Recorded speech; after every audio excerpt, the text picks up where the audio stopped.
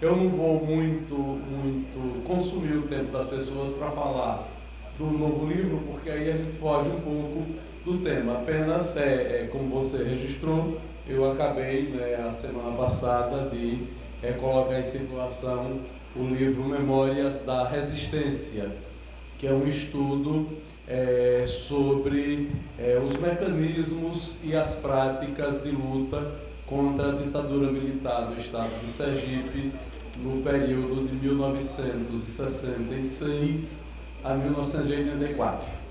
Mas o que a gente veio hoje aqui conversar foi sobre a Base Nacional Comum e a formação docente. E eu queria começar, você me ajuda aí passando? Eu queria começar lembrando o seguinte: às vezes a gente é convidado para falar num evento, para falar numa mesa redonda, para participar de um debate, e quando nos é solicitado o título daquilo que a gente vai dizer, a gente dá um título. E depois que a gente começa a fazer reflexão e prepara aquilo que vai falar, a gente acha que o título deveria ter sido outro. Ah, tá bom. Aqui então.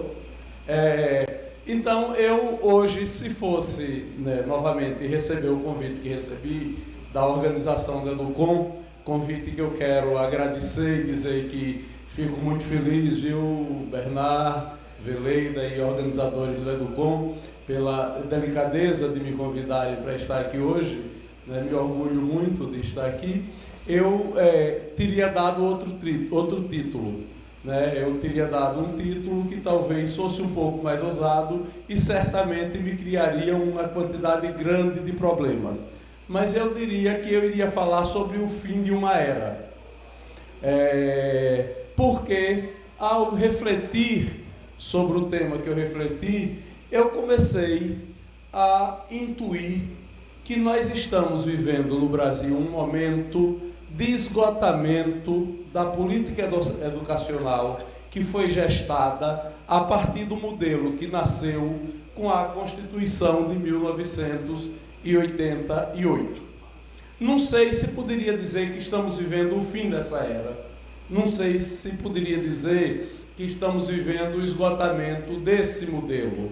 Mas, pelo menos, nós estamos vivendo um período de questionamento das crenças que esse modelo nos legou, das crenças que nós herdamos daquele período dos que lutaram pelo restabelecimento da democracia no Brasil, dos que lutaram para que nós pudéssemos, ao sair da nossa última ditadura militar, ter uma política educacional que fosse mais democrática, mais inclusiva e que nos oferecesse, talvez, uma escola mais qualificada do que a que nós tínhamos.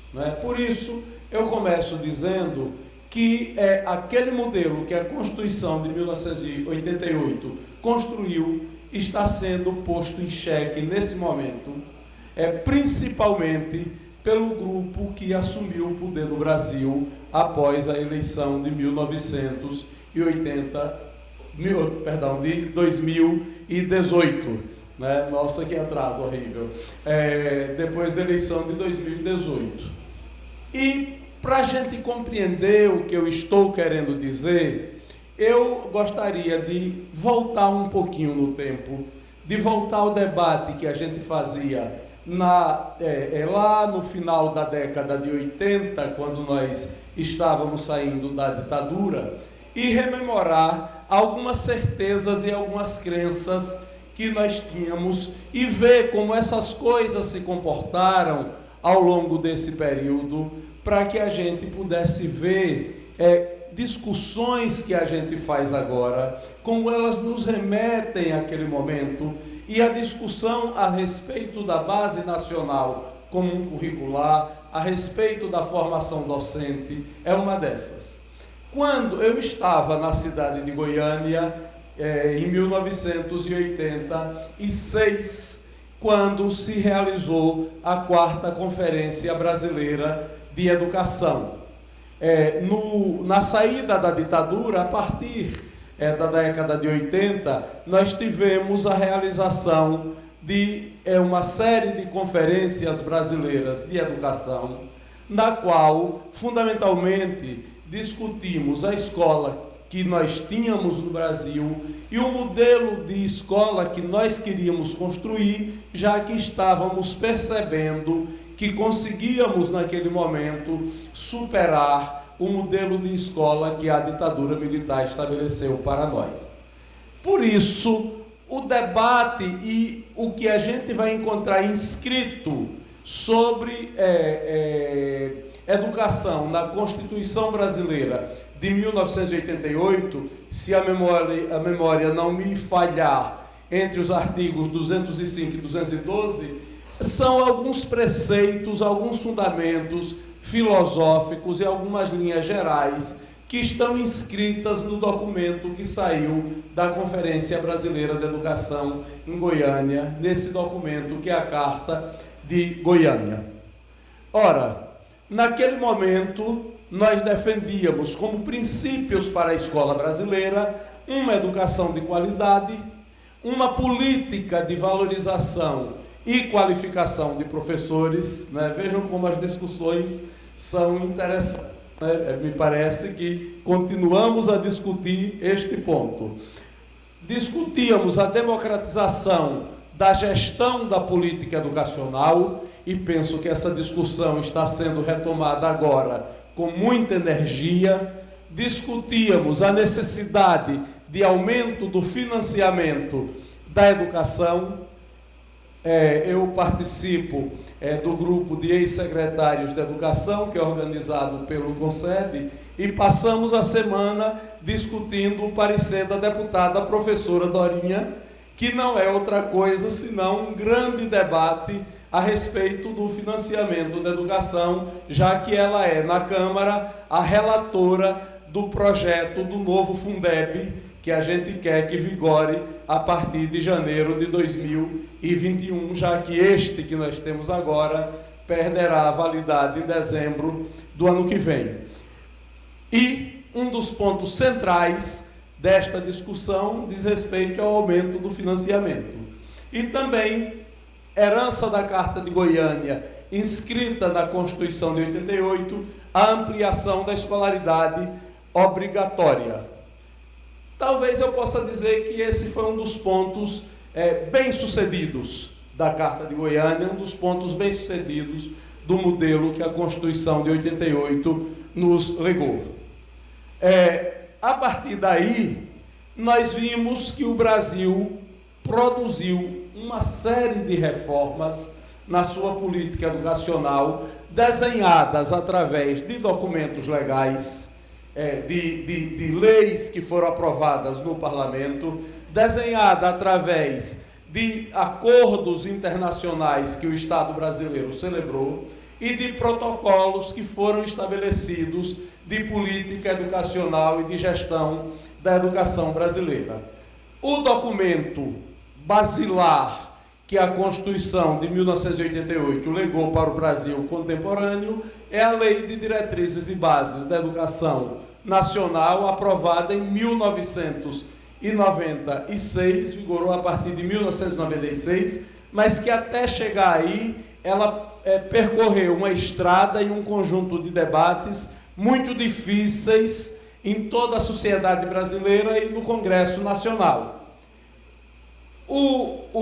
A lei que nós temos hoje é muito diferente, a lei que saiu em 1996, a 9.394, é muito diferente do documento que os intelectuais da educação entregaram ao Congresso Nacional e que lutaram para que fosse transformado na nossa lei de diretrizes e bases. O primeiro esboço daquele documento foi elaborado em 1987, pelo filósofo da educação Derbeval Saviani, conhecido como Proposta Saviani, foi entregue ao Congresso Nacional e o Congresso passou a discutir a partir daquele documento, e no ano seguinte, 1988, foi nomeado relator do projeto da Lei de Diretrizes e Bases da Educação Nacional o deputado Jorge Age.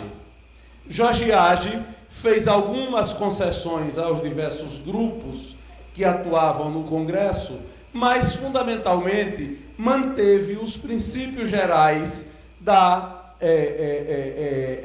proposta concebida por Saviani como resultado dos debates nacionais que se realizavam. Todos nós fomos surpreendidos em 1995, durante o governo do presidente Fernando Henrique Cardoso, com um documento que o então senador Darcy Ribeiro apresentou, que ficou conhecido como substitutivo Darcy Ribeiro, que foi um documento pactuado entre o senador Darcy Ribeiro e alguns pares dele no Senado Federal, alguns grupos de deputados federais na Câmara, o ministro Paulo Renato Costa Souza e o presidente Fernando Henrique Cardoso. Esse substitutivo Darcy Ribeiro é o que efetivamente foi aprovado com pequenas alterações e veio a se transformar na Lei de Diretrizes e Bases da Educação Nacional em 1996. O substitutivo Darcy Ribeiro é ruim? Não, não é. Mas o documento da proposta Saviani, sob alguns pontos de vista, sob a ótica de vários intelectuais da educação que participaram desse debate, era um documento que refletia melhor as demandas e o espírito da sociedade brasileira e dos intelectuais da educação brasileira naquele momento. Nós temos que trabalhar com os elementos de realidade das relações políticas postas no país.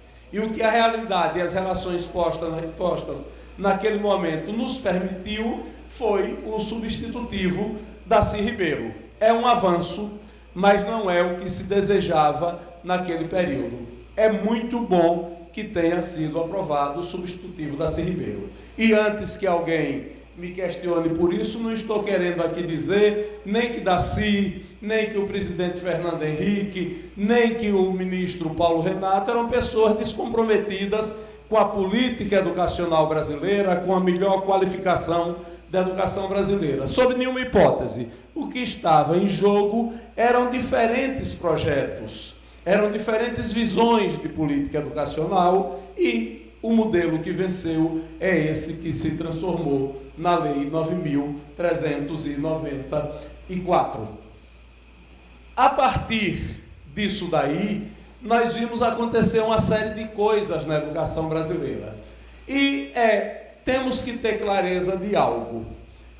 Toda a política educacional que o Brasil desenvolveu a partir da década de 90 é uma política que nasce no debate interno, mas que é matizada por padrões internacionais, por regras que, de relações internacionais do mercado, do qual o Brasil participa, e que também tem interesses que se expressam pelo caminho da política educacional.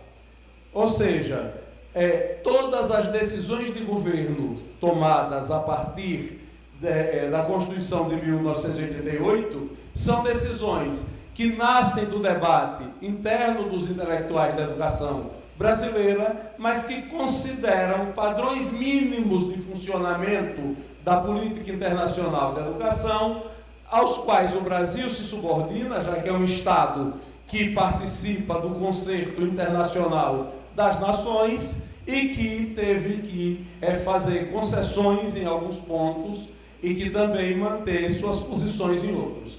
Para a gente ter ideia, o que é que se decidiu de mais importante naquele período? Primeiro, o Brasil foi partícipe signatário do documento que saiu da Conferência de Jotien, realizada na Tailândia, que foi um evento importante do ponto de vista internacional para marcar determinados elementos, determinados conceitos, determinados princípios que passaram a definir a educação dos principais países do mundo a partir daí. principalmente naquele grupo que era na Conferência de Jotien, chamado Grupo dos Países em Desenvolvimento. O Brasil era um caso, ao lado da Índia, ao lado da África do Sul e de outras nações que participaram desse processo. Né? Questões como a quantidade de anos de escolarização mínima obrigatória, mecanismos de financiamento, obrigatoriedade da educação básica para todos, né? Educação para todos, tudo isso estava em debate na Conferência de Jotien. O Brasil assumiu compromissos, procurou cumprir, conseguiu cumprir alguns, outros não. O Plano Decenal de Educação para Todos, de 1993, que o Brasil adota e que é decorrente da Conferência de Jotien, é um plano estabelecido durante o governo do senhor Itamar Franco, né, em que faz o Brasil avançar bastante. Um documento que foi publicado pelo Banco Mundial em 1995, Prioridades e Estratégias para a Educação, né, é um documento que tratou da questão das políticas educacionais dos países em desenvolvimento e que articulou o financiamento das políticas sociais para esses países, os padrões de financiamento internacional, a partir da obediência a certos princípios que vão desde a obrigatoriedade da escolarização em uma quantidade mínima de anos, até padrões mínimos de qualidade de funcionamento da escola que é oferecida em cada sociedade. E, por fim, eu queria destacar o relatório Delors, né, que é um relatório bem conhecido, da Educação para o Século XXI, publicado pela Unesco em 1996. Estou fazendo essa rememoração para dizer que algumas coisas que hoje nós vemos com naturalidade na política educacional brasileira são coisas que decorrem de todo esse processo, dos debates e embates que a gente viveu por aí. A Lei de Diretrizes e Bases, ao entrar em vigor em 1996, ela definiu que o Brasil adotaria um conjunto de providências ao longo da década que o Brasil foi adotando e assumindo pouco a pouco. Primeiro, o Fundo de Manutenção e Desenvolvimento da Educação Básica e Valorização dos Profissionais da Educação. Ele nasceu inicialmente com o título de Fundef, Fundo de Desenvolvimento do Ensino Fundamental, né? E aí é o ponto do compromisso que o Brasil assumiu para financiamento da sua educação básica. O Fundef, aprovado na gestão do presidente Fernando Henrique Cardoso, ele se dedicava a financiar os 8 anos do ensino fundamental. O presidente Lula, em 2004, ou 2006, ele transformou o Fundef em Fundeb, Fundo de Desenvolvimento da Educação Básica, e assim foi possível estender esse financiamento até o ensino médio e retroceder um pouco e buscar, e foi um debate difícil, né, que nós continuamos com ele ao longo do século XXI, buscar o financiamento da educação infantil, que continua a ser certamente o ponto mais frágil do debate sobre a escola de educação básica no Brasil, né? Tanto do ponto de vista daquilo que se discute, quanto do ponto de vista dos recursos para o financiamento desta oferta, já que agora era obrigatória a escolarização para todos até os 17 anos de idade. Também, decorrência da LDB, nós estabelecemos o Plano Nacional de Educação. Já estamos com novos planos nacionais de educação a partir de 1997, né? Inicialmente válidos por 10 anos e depois outra vez estabelecemos a necessidade de aprovação de plano nacional, de planos estaduais, de planos municipais de educação. O Plano Nacional de Educação, né, determinou também que acontecessem algumas coisas na educação brasileira. importantes para a educação básica. Primeiro, a adoção de parâmetros curriculares nacionais, os PCNs, né? Adotamos, e agora já estamos num outro momento da discussão, né? Que é o momento da Base Nacional Comum Curricular. Mas começamos, pode passar, tá bom, tá aí. Começamos pelos Planos Nacionais de Educação, que isso vem diretamente da Lei de Diretrizes e Bases. E em decorrência dos compromissos que o Brasil adotou com a declaração de Jomtien, na Tailândia, né, o Brasil adotou também um plano plurianual para a educação, né, que a cada 4 anos, a cada novo governo que se inicia, o Brasil define quais são suas metas para o quadriênio daquela gestão.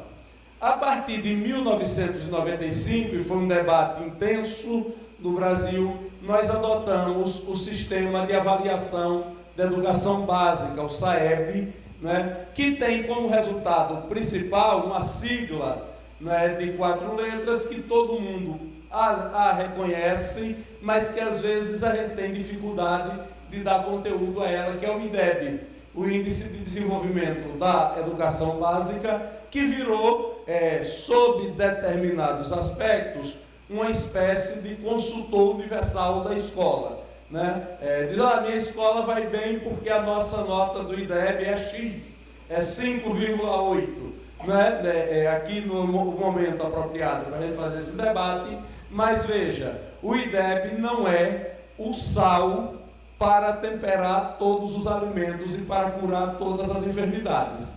Mas tampouco o IDEB é algo a ser desconsiderado e não ser levado em consideração por todos nós. É importante que nós o tenhamos como uma ferramenta essencial para o funcionamento da escola de educação básica e para a estratégia de avaliação e de afirmação de políticas educacionais. O SAEB, o sistema, né, que resulta nessa sigla que eu comentei agora, ele tem 2 partes. A avaliação nacional da educação básica e a avaliação nacional do rendimento escolar. Ou seja, ele nos dá tanto uma avaliação de que tipo de serviço cada escola está entregando à sociedade, como que tipo de conteúdo e quais são os conteúdos, principalmente na língua nacional e em matemática, que os nossos estudantes estão aprendendo na escola.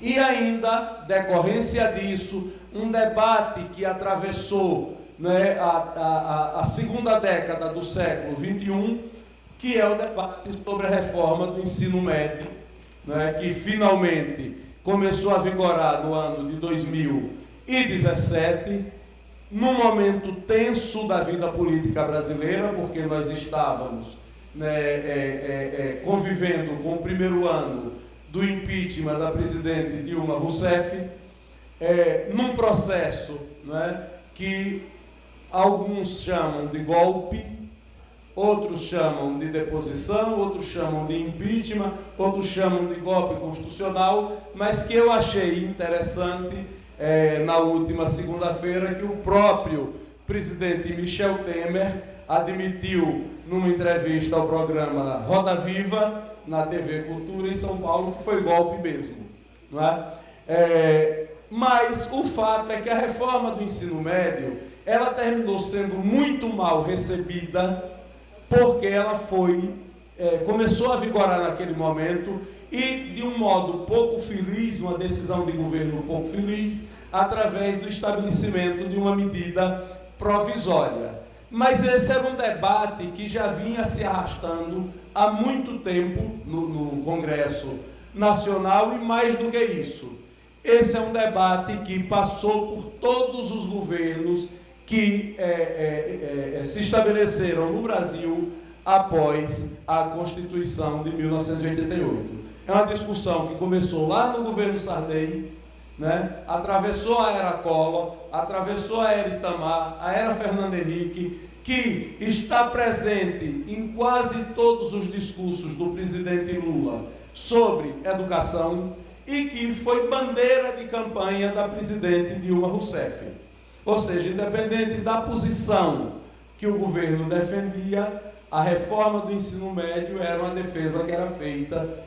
Foram feitas consultas aos profissionais da educação, às escolas, a diversos grupos de formadores de opinião da sociedade, mas eu penso que na reta final o governo do presidente Michel Temer foi pouco feliz no modo como ele escolheu, o caminho que ele escolheu, né, certamente por ter pressa para estabelecer a reforma do ensino médio.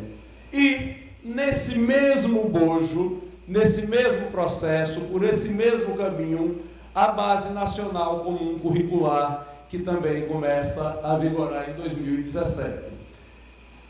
Começa com debates amplos no processo de preparação, depois, pela conjuntura política, o debate se estreita bastante, mas me parece que depois que ela vigora, ela teve um caminho mais feliz do que a reforma do ensino médio, porque ela foi retomada e começou a incorporar muitos grupos de debate nos estados e nos municípios, e eu penso que ela ainda pode encontrar caminhos extremamente mais lúcidos e mais felizes do que outras decisões de política educacional que foram tomadas nesse período.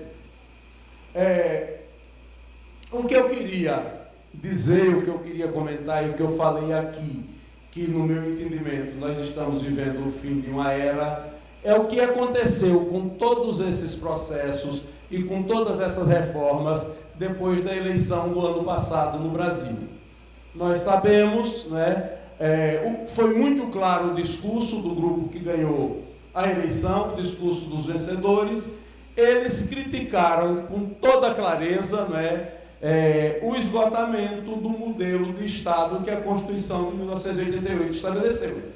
O discurso de campanha do presidente Jair Bolsonaro foi um modelo que não escondeu de ninguém que ele não concordava com os resultados de condução de política econômica que nasceram com a Constituição de 88, que ele não concordava com o modelo previdenciário e o modelo de política social que a Constituição de 1988 nos legou, que não concordava com o modelo de política educacional que estava estabelecido no país, e me parece que a maioria da população brasileira concordou com ele, né? Eu sou do grupo daqueles que não concordaram, mas se a gente ainda tiver alguma crença de que tipo seja na democracia representativa, né, na democracia que vai às urnas, eu não posso negar que ele foi eleito pela vontade da maioria do povo brasileiro.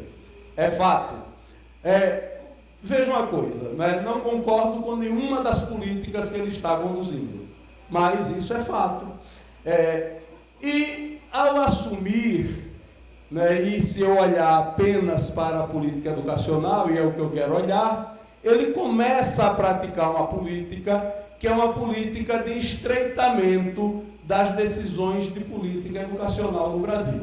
Primeiro, ele extingue o principal instrumento de gestão de demandas populares e de incorporação dos grupos de minoria social representados na política educacional brasileira, que era a SECADI, a secretaria que havia no Ministério da Educação, né, que incorporava as representações das demandas de índios, de negros, de mulheres, de LGBT, de todos os grupos sociais, né, que não são a voz majoritária da sociedade brasileira. Tudo isso estava incorporado pela SECADI, que foi extinta. E, do mesmo modo, houve um deliberado esvaziamento e desmonte dos conselhos estabelecidos dentro do Ministério da Educação para discussão das diferentes políticas educacionais que o governo federal gerencia. É um fato que nós estamos vivendo, né, uma luta que o Brasil vem travando, né? As universidades vivem essa luta com intensidade muito grande, mas isso foi o que resultou das eleições brasileiras de 2018. E Ao assumir, o presidente Jair Bolsonaro também abandonou, talvez, o último brilhante que restava da mineração daquele modelo que foi desenhado a partir da Constituição de 1988, que estava no Conselho Nacional de Educação, tendo um longo debate se iniciando, que foi a Base Nacional de Formação Docente. A Base Nacional de Formação Docente, que havia sido debatida paralelamente à Base Nacional Comum Curricular, havia sido encaminhada ao Conselho Nacional de Educação em dezembro de 2018. Eu insisto em viver no século XX, né? Não sei que saudosismo é esse. Não é? Então, pois bem,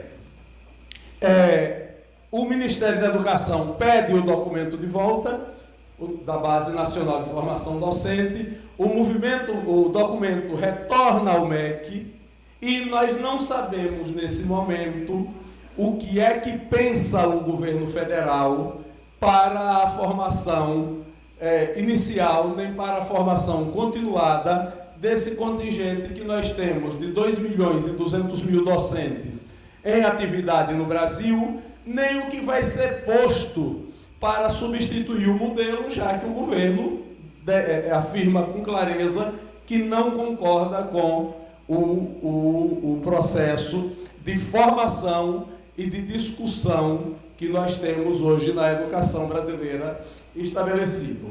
Só para rememorar um pouco, né, esse documento que o governo federal, o governo Bolsonaro, pediu de volta e está no MEC, né, é um documento, né, que ele critica a formação docente brasileira, a formação dos cursos de licenciatura brasileiros, considera que esta é uma formação exclusivamente teórica, que o docente brasileiro não aprende a ser professor durante o seu curso de licenciatura, porque nós estamos distanciados e estamos, inclusive, em alguns casos, em alguns cursos de licenciatura, mais preocupados em formar bacharéis do que em formar licenciados, em muitas áreas, e desse ponto de vista eu devo dizer que tenho simpatias por esse tipo de tese, de que nossos cursos de licenciatura são cursos que têm pouco impacto na formação de licenciados. Fico à vontade para afirmar isso, porque durante 28 anos aqui na Universidade Federal de Sergipe, eu atuei em cursos de licenciatura a partir da minha posição de docente do Departamento de História, né, antes de me transformar há 2 anos atrás num velhinho que se aposentou. A outra crítica que o documento que o MEC pediu de volta faz é que essa formação dos nossos cursos de licenciatura é uma formação distanciada da prática docente. O estudante passa 4 anos fazendo um curso de licenciatura e é possível que alguns recebam um diploma de colação de grau de licenciado sem nunca ter dado em sua vida uma única aula. Tem aquelas horas do estágio obrigatório, mas a gente sabe efetivamente que aquilo ali não é suficiente para transformar ninguém em professor. E, além disso, uma outra crítica que se faz é que este modelo que nós temos não responde às demandas contemporâneas que a política educacional solicita, principalmente as demandas que foram postas para a profissão docente depois que se começou a debater a Base Nacional Comum Curricular. Por isso, aquele documento que está guardado agora nas gavetas e que havia sido enviado à Base Nacional Comum de Formação de Professores previa que até o final do ano de 2019, ou seja, até esse momento que nós estamos vivendo agora, o Brasil deveria ter a sua nova Base Nacional Comum, de formação de professores. E o que é que se propunha como modelo de formação de professores no Brasil. Primeiro, a substituição desse estágio que eu citei aqui por uma residência pedagógica. E essa residência pedagógica seria uma prática docente a ser desenvolvida durante todo o curso. Ingressou na licenciatura, ingressa paralelamente na residência pedagógica, e a residência pedagógica ocorre durante os 4 anos do curso. Essa era uma das ideias que estava posta no documento que chegou ao Conselho e que foi recolhido pelo Ministério. Essa residência, em certa medida, os intelectuais da educação que pensaram o documento da Base Nacional de Formação de Professores foram buscar nas normas de formação médica, com modelo de residência dos médicos em hospitais e em práticas que eles têm desde que ingressam no curso até o final do curso, e depois que colam grau ainda durante um período que continuam praticando a residência médica. Isso foi o que inspirou a residência pedagógica e se propôs algumas adaptações a ela.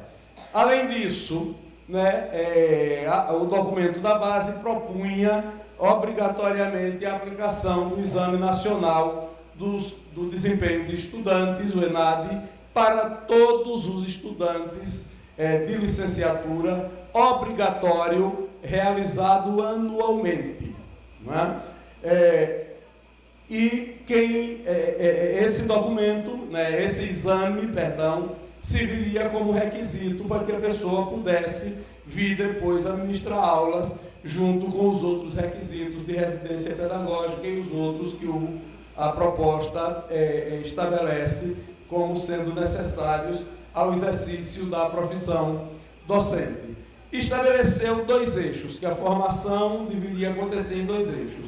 O eixo 1, que é o eixo da formação inicial, no qual o estudante de licenciatura incorporaria as diretrizes curriculares nacionais, que estariam articuladas com a Base Nacional Comum de Formação Docente, o que estabelece alguns diferenciais com o nosso modelo presente. A formação inicial compreenderia também a residência pedagógica, o exame que eu já falei, e criaria um impacto porque ia mexer com uma outra coisa, ia mexer com as carreiras docentes do serviço público e do setor privado. As carreiras docentes dos estados, dos municípios e da União. Essa era a proposta. Esse modelo que nós temos agora, que cada um pega o seu diploma de licenciatura, se quiser ingressar no serviço público, sai procurando onde tem um concurso público, se inscreve, esse modelo seria ultrapassado por um modelo no qual haveria o ingresso nas carreiras docentes articulado com o processo de formação e com o trabalho da residência pedagógica. Isso não quer dizer que concursos deixariam de existir, quer dizer que o processo de ingresso nesses concursos estaria articulado também ao processo de formação. E o outro eixo da formação que o documento propunha era o eixo da formação continuada. Formação continuada que teria como ponto de partida o estágio probatório na carreira docente, um plano de carreira que fosse estabelecido e um sistema de avaliação ao longo de toda a carreira do professor, desde que ele ingressasse até o momento da sua aposentadoria, ele seria anualmente avaliado. No eixo da formação inicial, essa formação seria como é agora, vinculada às instituições de ensino superior, e a residência pedagógica seria a substituição das 400 horas de estágio que nós temos hoje por uma prática de 4 anos, inspirada, como eu disse, no modelo da residência médica. O estudante atuaria diretamente na prática de sala de aula, juntamente com um professor que já está na carreira e orientado por um professor do seu curso, né? E o regente da educação básica, mais um professor orientador do curso, seriam os diretores da formação do novo licenciado, e que por isso todas as instituições de ensino deveriam se associar a um conjunto de escolas de educação básica onde pudessem desenvolver as práticas da residência pedagógica. Todas as escolas de educação básica no Brasil passariam a ter, junto com o docente titular da escola, assistentes que seriam estudantes de licenciatura das instituições articuladas com essas escolas. O Enádio eu já falei, né? Na formação continuada, essa formação seria dada vinculadamente às secretarias estaduais e municipais de educação, né? As secretarias estaduais e municipais de educação deveriam também se articular com os sindicatos das instituições particulares de ensino para que juntos pudessem oferecer formação continuada aos docentes em atuação, atrelando isso à evolução funcional de cada docente na carreira e também às políticas de remuneração daí decorrentes. Né? Nós teríamos 3 tipos de formação continuada pensadas nesse projeto. A formação continuada oferecida dentro da própria escola, oferecida na rede estadual ou municipal, ou no ambiente externo, né, através de cursos de especialização ou de cursos mesmo de formação, como os cursos de mestrado e doutorado, oferecidos pelas instituições de ensino superior, além de práticas que nós temos hoje de pesquisa, né, práticas de pesquisa de docência, de bolsa de docência e várias outras práticas que estão possibilitadas, né, nas instituições de ensino superior, nos cursos de pós-graduação, participação em eventos e congressos. E a cada etapa, né, da carreira, o docente iria incorporando novas habilidades e competências que o fariam diferenciado em relação ao estágio anterior que ele possuía. E a incorporação dessas habilidades e competências sempre comprovadas através das avaliações por titulação e por desempenho. Né? O plano de carreira, pensado articuladamente junto com esse novo modelo de formação, ou seja, seria um conjunto de mudanças na legislação docente brasileira de muito impacto. Eles passariam, os planos de carreira, a usar uma matriz de competências, né, que à medida que o docente fosse avaliado pelo seu desempenho ao longo da carreira, ele poderia se situar em um dos 4 níveis de proficiência possíveis. Um primeiro, que seria a proficiência inicial para professores já recém-graduados e que estavam começando a carreira, e que por isso se supunha detentores de um conjunto de habilidades e competência inicial também. O grupo dos probatórios, né, que são professores que já estão na carreira, mas não estão mais iniciando a carreira e que já possuem mais competências e habilidades que aqueles que acabaram de sair da graduação.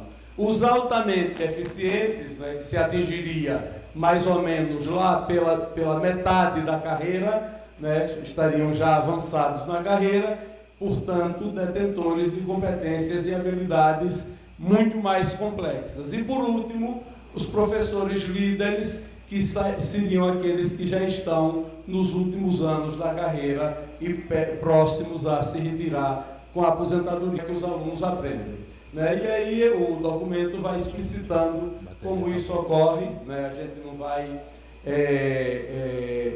aprofundar por esse caminho.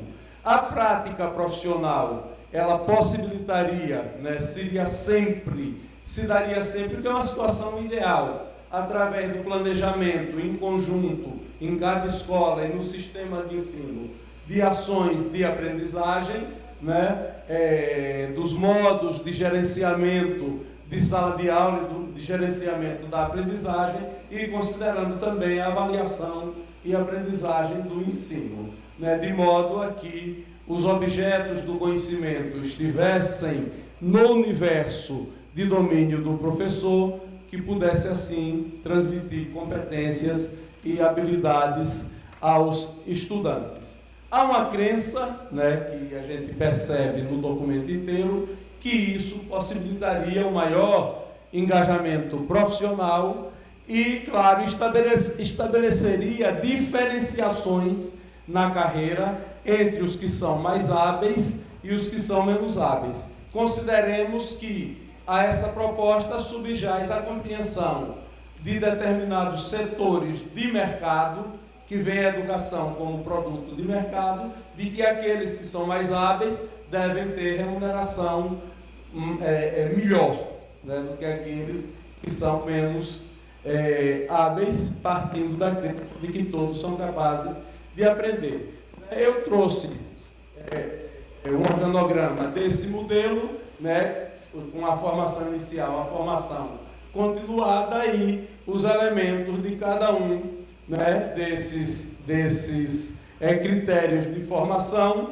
né, que a gente já viu, né, apenas eu quis mostrar graficamente. Com isso, haveria um impacto nos cursos de licenciatura, principalmente curso de pedagogia. Esse seria o que sofreria maior impacto, continuaria a ser um curso de 4 anos, mas oferecido em 3 etapas. A primeira etapa da base comum, onde toda a carga de trabalho seria na aprendizagem dos elementos da base nacional comum, partindo-se da presunção de que os licenciados em pedagogia são aqueles que vão trabalhar nos anos iniciais do ensino fundamental, né? Duraria 2 anos esse processo, onde se ensinaria a BNCC, o contexto de aprendizagem, as políticas públicas da educação e os fundamentos das didáticas, né? O segundo momento do curso seria o momento do aprofundamento, dado em 1 ano, durante o 3º ano do curso, para que, quando o estudante estaria apto a escolher se ele gostaria de se dedicar, quando formado, a trabalhar com a educação infantil, com a alfabetização ou com os anos iniciais do ensino fundamental. E a última etapa da especialização, né, para continuar com aquele velho modelo da pedagogia de formar especialistas em educação, quando se optaria por ser gestor escolar, educador profissional, especializado em didática do ensino superior, ou se encaminhar para a educação especial. É esse o modelo que foi pensado, que seria o que completaria a grande pedra de toque do conjunto de mudanças que nasceu com a Constituição de 88. Eu diria, que tempos, que costumes vivemos agora, né? Citaria Cícero com o seu famoso e conhecido O Tempora, O Mores. E diria, nós saímos de uma agenda que criticamos durante 2 décadas, que foi a agenda que a Constituição de 1988 estabeleceu, para viver um tempo presente no qual a agenda da educação brasileira, para minha tristeza, está reduzida a apenas 2 elementos. Uma cruzada de saneamento moral quase medieval e um combate às ideias de uma pedagogia que tem origem nas reflexões de uma filosofia à esquerda. Inicialmente era essa a provocação que eu queria fazer e me abrir ao debate, se vocês acharem que vale a pena discutir. Muito obrigado.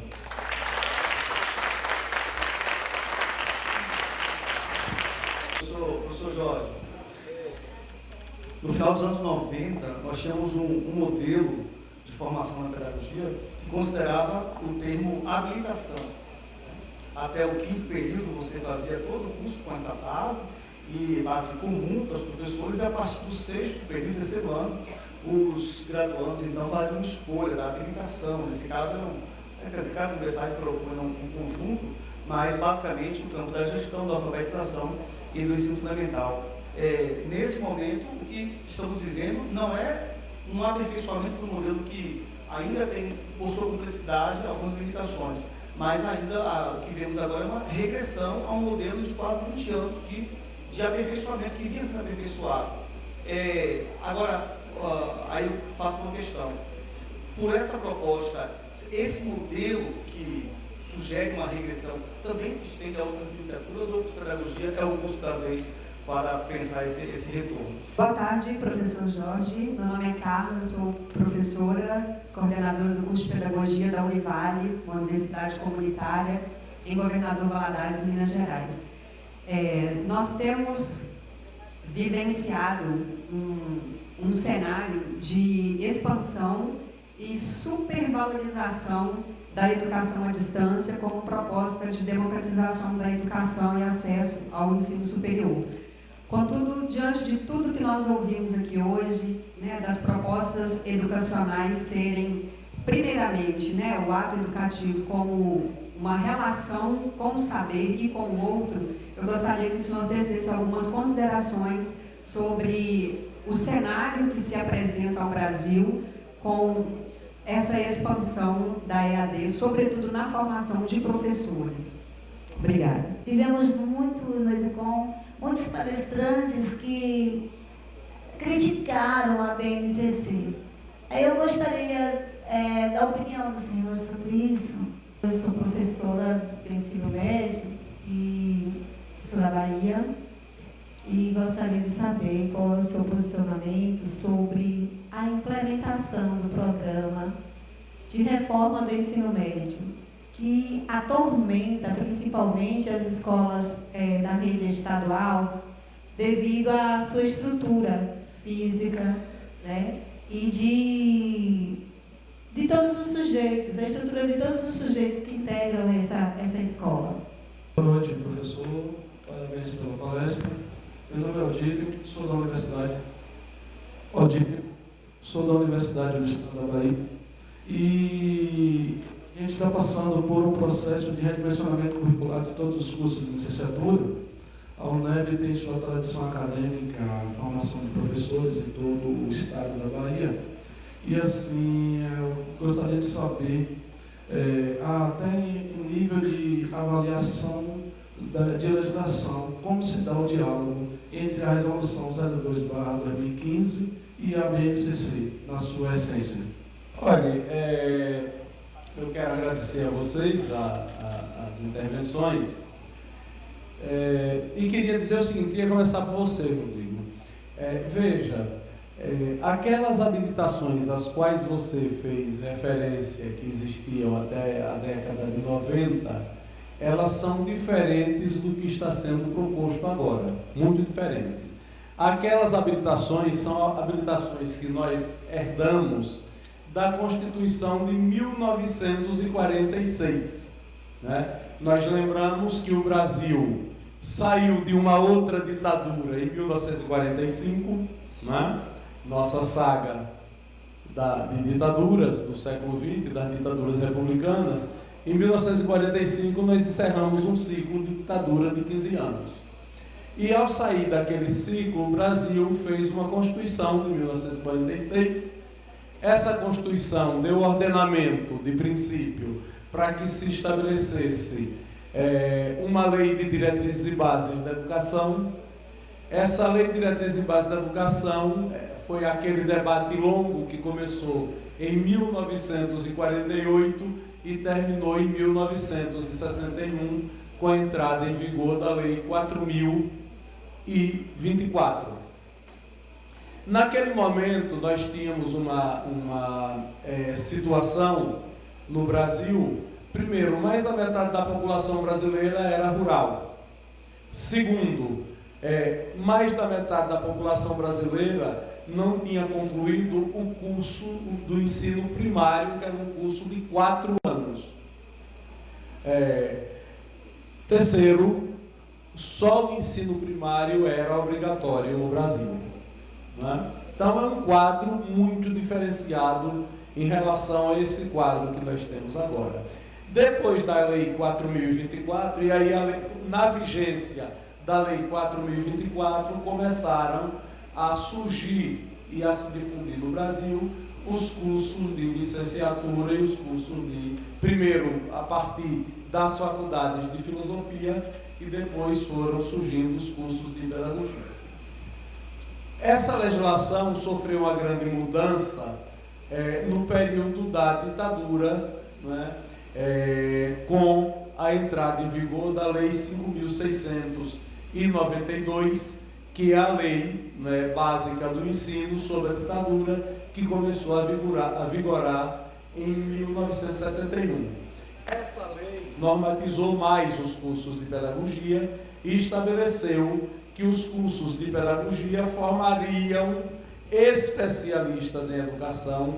Naquele momento, a ideia era a docência no curso de pedagogia, a formação de docentes, era uma formação complementar, era uma formação paralela. O foco do curso era formar especialistas em educação, com foco em 3 áreas: em orientação escolar, em supervisão escolar e em administração escolar. Era dessas habilitações que se falava no curso de pedagogia. E a Lei 5.692 tratou também, ela estabeleceu 2 modelos. Pela primeira vez no Brasil, ela estendeu a duração da formação básica, né, que deixou de ser... Está havendo algum desentendimento meu com o equipamento, né? Que deixou de ser uma formação de 4 anos, né, que era do antigo curso primário, e a separação que havia entre o curso primário e o que vinha depois era tão grande que eu, que me considero um recém-nascido, sou a última geração que fez no Brasil o exame de admissão ao ginásio. Era um momento tenso da vida do estudante. Nós estudávamos os 4 primeiros anos da escola básica, o ensino primário, e aos 11 anos de idade você enfrentava um concurso para saber se ia continuar estudando o ensino ginasial, se ia ingressar no ginásio, que era um exame mais duro do que o nosso conhecido concurso vestibular.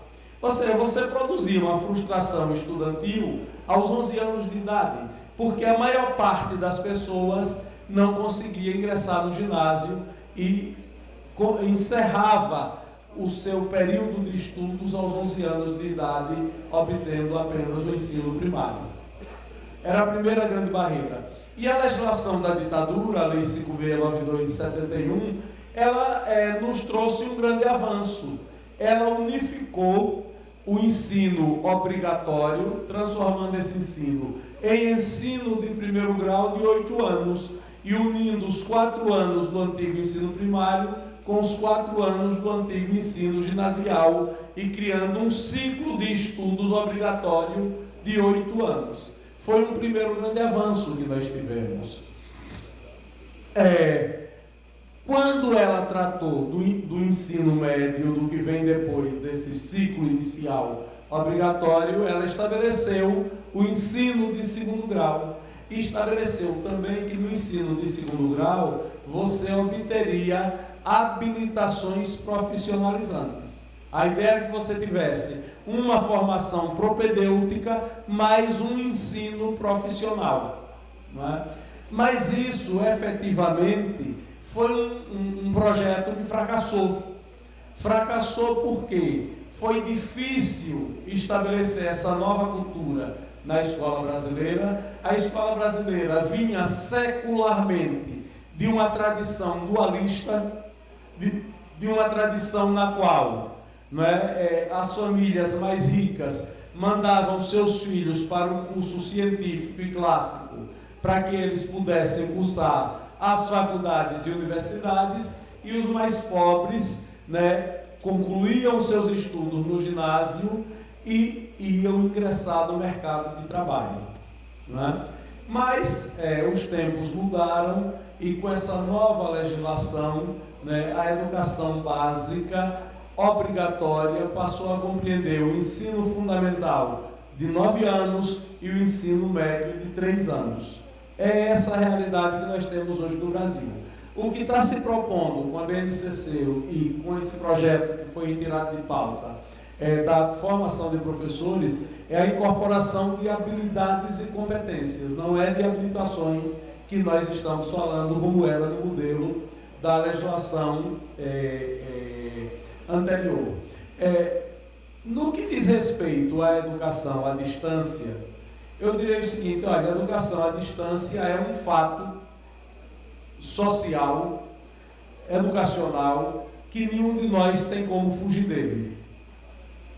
O ideal é que a formação básica seja presencial. O ideal é que a formação universitária seja presencial.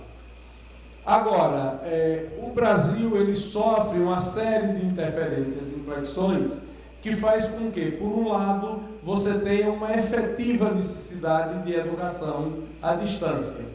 Por outro lado, você tem abusos que têm sido praticados em nome da educação à distância. O que é que eu chamo de efetiva necessidade? Eu não vejo a educação à distância como sendo extremamente importante para um estado como Sergipe. No estado de Sergipe, nós temos o menor território de unidade da Federação Brasileira. O município mais distante da capital está a menos de 300 quilômetros por rodovia asfaltada. E, efetivamente, nós temos uma boa cobertura de escolas de educação básica e de ensino superior em todo o estado. Agora, nós temos alguns grupos que vivem em determinados povoados mais isolados que podem ser atendidos pela educação à distância. Todavia, nós temos assistido uma febre de educação à distância, não só em Sergipe, como no país inteiro, que faz com que, eu vi hoje a publicação da estatística, me parece que é do INEP, né? Nós no ensino superior, pela primeira vez este ano, o número de matriculados à distância já supera o número de matriculados presenciais, né? Isso eu penso ser preocupante. Talvez seja bom que seja assim em toda a região amazônica ou em algumas áreas do Brasil central. Mas, por exemplo, pode ser que em algumas áreas do Nordeste, no estado do Maranhão e em outras regiões, na Bahia, talvez em algumas regiões, seja uma necessidade efetiva. Mas em estados como Sergipe, como Alagoas, que são predominantemente urbanos, eu não vejo tanta necessidade de você ter essa voracidade de oferta em educação à distância. Mas esse é um fato com o qual nós temos que lidar, vamos continuar lidando e efetivamente é um fenômeno em expansão, não é? Cadê Veleida? Deu uma saída. Eu ia comentar. Está aqui. Veleida, veja, a BNCC, ela sofre críticas, ela é objeto de críticas, vai continuar sofrendo críticas. Eu acho que é bom esse conjunto de críticas que ela vem sofrendo. A BNCC, ela pode representar algo melhor do que a velha ideia que nós tínhamos dos parâmetros curriculares nacionais. Ela precisa cada vez mais ser uma construção coletiva. Ela é algo ainda em construção na política educacional brasileira. Nós não temos esse processo concluído, nós temos esse processo num processo inicial de construção. Efetivamente, a maior parte dos estados brasileiros sentaram, a partir do final de 2017, ao longo do ano de 2018, com municípios, com sistemas estaduais e municipais, com sistemas de ensino particular, privado, para definir um currículo a ser adotado na escola de educação básica. O Sergipe aprovou ano passado um currículo sergipano, assim como vários estados fizeram isto, não é? Mas isso aí ainda vai chegar à escola, isso aí ainda vai implicar em muitas horas de trabalho de formação docente, e à medida em que essas coisas forem acontecendo, nós vamos viver novas experiências e conhecer novas críticas que vão emergir do próprio processo. Eu vejo com naturalidade as críticas que têm sido feitas ao processo de construção da BNCC, acho bom que elas ocorram e espero que continuem a ocorrer, porque é um elemento saudável de aperfeiçoamento daquilo que a nossa escola oferece à sociedade. Veja, a reforma do ensino médio brasileiro, ela se depara com problemas gravíssimos. Penso, né, que há um problema que é do ensino médio e que é do ensino fundamental, e que no caso do ensino médio é de maior gravidade ainda. O Brasil já reduziu muito o seu contingente de matrícula nessa questão que eu vou assinalar, mas ainda é muito alto o número de matrículas no ensino noturno. Nem no modelo que nós temos agora, nem no modelo que está sendo proposto, o ensino noturno é efetivamente algo que possa dar uma boa formação, né? A minha experiência, né, de professor no ensino médio é muito antiga. Foi antes de eu ingressar aqui, né? Aqui eu estou aposentado há 2 anos e passei 28 trabalhando. Então tem 30 anos que eu tinha dado aula no ensino médio noturno. Minha mulher, minha esposa, ela dá aula no ensino médio noturno atualmente. Acabou de sair daqui para ir para a escola dar aula.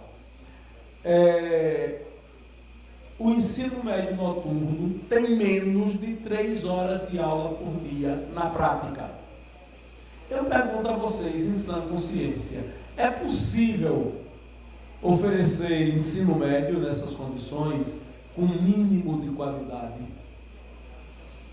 Olha, nem no modelo que nós temos agora, nem no modelo que a reforma está propondo, nós vamos ter um ensino médio que efetivamente forme e ofereça as habilidades e competências que o ensino médio precisa oferecer. Não temos. Então, esse é um problema de partida. O que fazer com o ensino noturno? Ninguém sabe. Os que fizeram a reforma do ensino médio não sabem. Nós que estamos na escola de ensino médio não sabemos. Nós que estamos pensando a partir da condição de formadores em licenciaturas e de pesquisadores também não sabemos o que fazer com o ensino médio noturno. O ensino médio, de um modo geral, o Brasil é um país desigual. Vou dar um exemplo da cidade de Aracaju. A cidade de Aracaju tem escolas que são escolas de padrão de primeiro mundo, públicas e particulares. A cidade de Aracaju tem escolas que são escolas de extrema miserabilidade no que diz respeito à infraestrutura, a condições de funcionamento.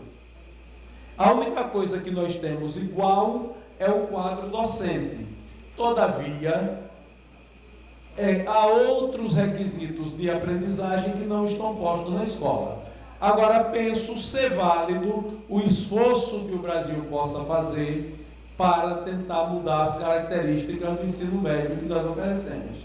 Uma coisa, todos nós estamos convencidos no ponto de partida: o modelo que nós temos não é bom. Vamos juntos construir um outro modelo. Olhe, eu não recordo de memória quem foi que me perguntou, Adil, o que é que diz a resolução 02/2015. E aí eu vou ficar devendo a resposta que me pede uma comparação entre a resolução 02/2015 e a BNCC. Prometo que quando chegar em casa, amanhã eu vou estudar a resolução 02/2015 para no próximo debate que eu for, quando for surpreendido, eu saber o que dizer, viu? Muito obrigado a vocês que fizeram os questionamentos. Olha, agradecer, né, a todos que estão aqui pela atenção, né, pelo modo como me ouviram, né, e a delicadeza de ouvir, e principalmente agradecer ao professor Chá, agradecer à professora Veleida, agradecer aos organizadores do EDUCOM esse convite gentil né, que me honra muito ter sido convidado para falar no evento com a importância que tem. Bom, muito obrigado a vocês.